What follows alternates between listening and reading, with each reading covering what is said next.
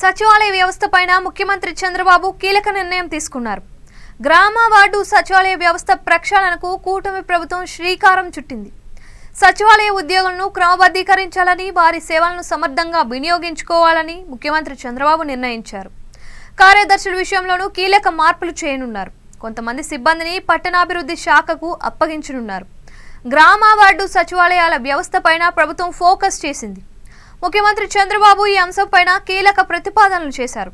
సచివాలయ వ్యవస్థను ఏర్పాటు చేసిన వైసీపీ సర్కార్ మానవ వనరులను సద్వినియోగం చేసుకోవడంలో విఫలమైందని అభిప్రాయపడ్డారు.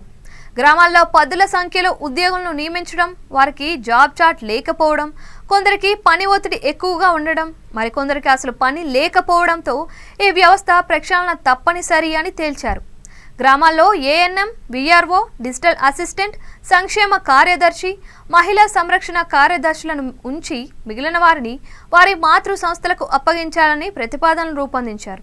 వారిలో ఒకరిని డీడీఓగా నియమిస్తారు. అదేవిధంగా వార్డు సచివాలయాల్లో అడ్మిన్, ఎడ్యుకేషన్ అసిస్టెంట్, సంక్షేమ కార్యదర్శి, శానిటేషన్ ఏఎన్ఎం, మహిళా సంరక్షణ కార్యదర్శులను ఉంచి మిగిలిన వారందరినీ మున్సిపల్, పట్టణాభివృద్ధి శాఖకు అప్పగించనున్నారు.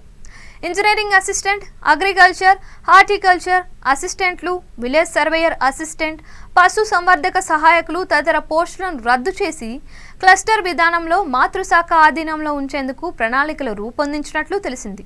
పంచాయతీ కార్యదర్శులను పంచాయతీరాజ్ కింద గ్రామ పంచాయతీలకే పరిమితం చేయనున్నారు.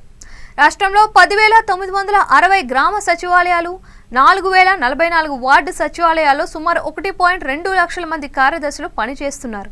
గ్రామ వార్డు సచివాలయాలకు అవసరమైన 5-6 కార్యదర్శులను అక్కడే ఉంచి మిగిలిన వారిని ఆయా మాతృ సంస్థలకు పంపడం ద్వారా ఆయా శాఖలను బలోపేతం చేసినట్లు అవుతుందని చెబుతున్నారు. మినీ మండలాలు, మినీ మున్సిపాలిటీలుగా సేవలు అందించేలా ఈ సచివాలయాలను తీర్చిదిద్దాలి అన్నారు.